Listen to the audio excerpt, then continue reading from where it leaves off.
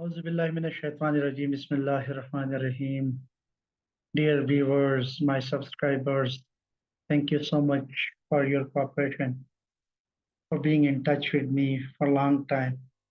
In today's lecture, I will let you know about in-text citation according to APA 7th edition. My name is Abid and I'm a research scholar, and I'll guide you that how to use in-text citation in your paper. As you know that majority of social science and management science students are using in-text citation in their research papers. तो इस short presentation में मैं आपको ये बताता जाऊंगा कि in-text citation क्या होती है और उसकी कितनी अक़साम है और ये APA स्टाइल में कहाँ पे यूज होती है और क्या तरीक़ाकार है. So let's start from the very first slide. पहले तो आपको ये बताता जाऊँ कि what is in-text citations. In APA style, you will use in-text citations to refer readers to a reference list. APA style में आप in-text citation तब यूज करते हैं जब आप रीडर्स को अपनी रेफरेंस लिस्ट की तरफ जो है ना उसका तवज्जो मबजूल कराना चाहते हैं.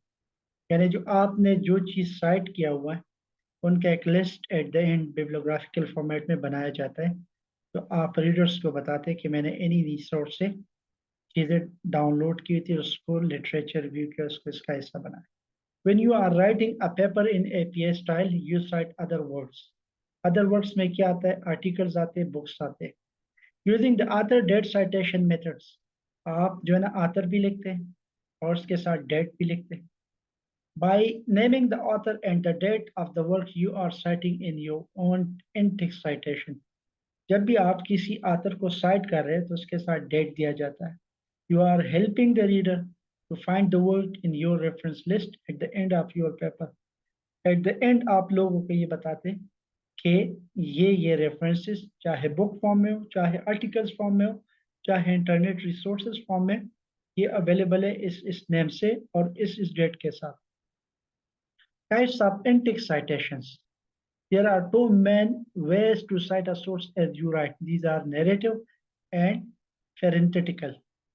दो किस्म की जो ना in-text citation होती है. एक है narrative citation, narrative in-text citation और parenthetical.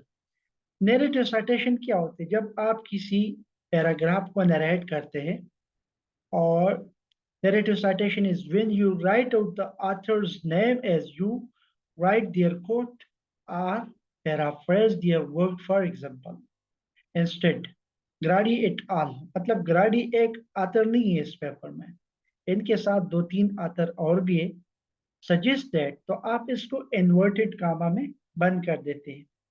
समटाइम आप कोटेड मटेरियल को नैरेटिव साइटेशन में कर देते हैं, समटाइम जो ना आप पैराफ्रेज करते हैं उनको.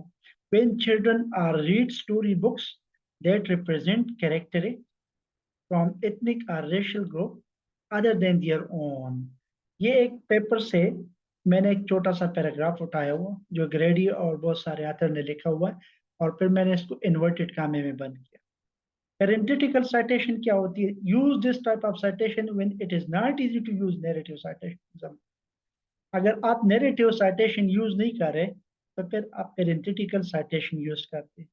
मिसाल के तौर पे मैं आपको बताता हूँ कि one study found that ethnicity of protagonists in children's fictions correlated with differences in type of emotion displayed by those characters. Grady et al की ये चीज भी है, लेकिन यहाँ पे आपने देखा होगा वहां पे ईयर हमने ब्रैकेट में बंद किया है और यहाँ पे जो है ना पैरेंथेटिकल फॉर्मेट में आपने देखा एट आल फिर डॉट फिर कॉमा और ये ईयर इसके साथ लिखा गया है. तो मुझे उम्मीद है आपको ये समझ आ जाए और आ गई होगी.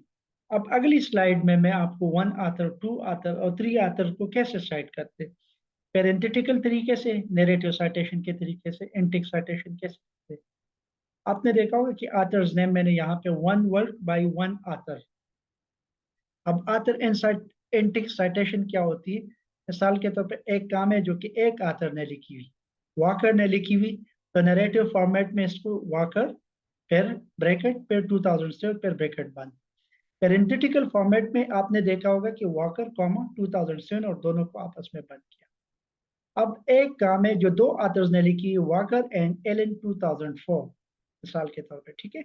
और पेरेंथेटिकल फॉर्मेट में क्या है कि वॉकर एंड एलन आपने ब्रैकेट के दरमियान बंद किया और फिर जो ना कॉमा लगा के फिर 2004 फिर जो ना आपने ब्रैकेट बंद किया।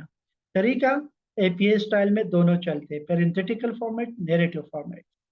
फिर one work by three or more authors, जैसे कि मैंने आपको बताया भी, एक पैराग्राफ है कि एक काम 3 या 4 ऑथर्स ने लिखी, तो आपने यहाँ पे नैरेटिव फॉर्मेट में क्या लिखना है, ब्रॉडली एट ऑल डॉट फिर ब्रैकेट में ईयर आपको बंद करना होता है।